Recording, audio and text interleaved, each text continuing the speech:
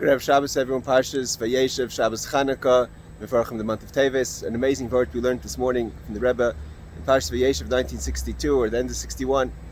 It's brought down based on the teaching of the Maggid, similar to the Alter Rebbe. The Maggid says, the Maggid the Mizrich, the holy Maggid the Mizrich says that, ask the question, why does it say, Vayeshev Yaakov be'eretz Meguri Aviv be'eretz Canaan? Why do we say two times the word Eretz? It could have just said that Yaakov rests in the place of his father, which is in Canaan. Why does he have to say in the land of Canaan two times? The Maggid teaches us that there's two lands, Artzos. There's two plural ideas here.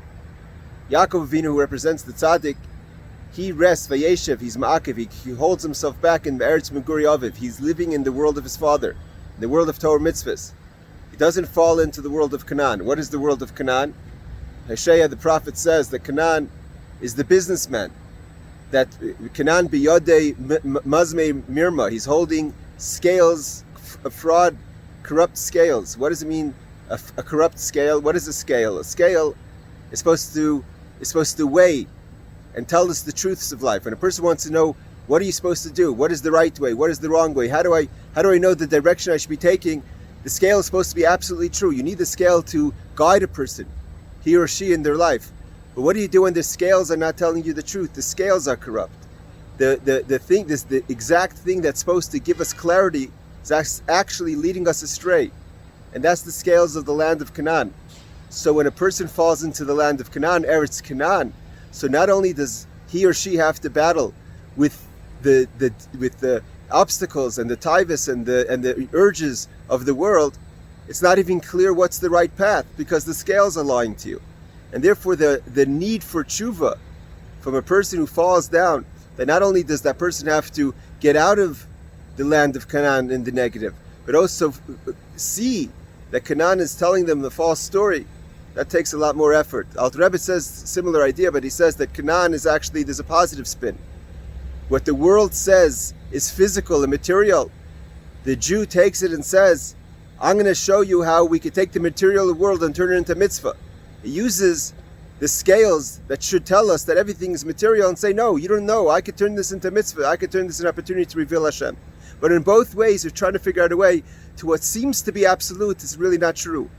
Either the truths of the world that the world is telling us is corrupt, or the truths of the world that's telling us you can't make this holy. A Jew says I can make it holy. And that's really the story of Chanuka. The story of Chanuka is that the Greeks said that Lashkichem Torasecha, forget Hashem, forget this is God's Torah, forget, write on the horn of a shore that you don't believe in God. The Alter Rebbe says the horn of the shore represents the source of their livelihood, of their vitality, comes from the shore of the ox on the chariot, but they don't get from the actual ox. They only get from the horns, from the hooves, from the leftovers, from the psilas. And they said, no, the Jews can't take from the essence of God. You have to take the same place we're taking from. All scales have to be equal, even if our scale is not telling the truth. And we live in a world today where the anti-Semitism, the story that happened on Simchas Torah of this year on October 7th, is incredible. The scales are so corrupt that someone could go and say, use the Holocaust as a way to continue to fight Jews, Judaism, and pursue their interest of anti-Semitism. The scales today are telling us such a false story that it's no longer clear what's right and wrong. And comes the night of Chanuka, the first night of Chanuka, and that throughout the 8 days, and the number 8 brings us to the power of Mashiach. We have to know that number 1 is we don't get despoiled, we don't get overwhelmed. When someone's trying to use the scales of the world today to tell us what's right's wrong, we know what's right and what's wrong. We have to stay focused. You have to know that, like the Alter Rebbe says, that even we have to be able to take the material and make it spiritual. And we don't go overwhelmed when someone tells us that what you know is true is not true. It's false. You're bad. We're good.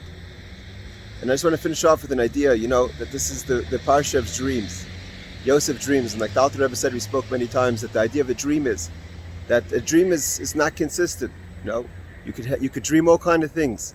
And that's actually very powerful, because sometimes how does a person leave Canaan? How does a person leave the scales of the world and try to go back to his or her father's home and not say, what's going on? My life isn't consistent. Is the power of the dream.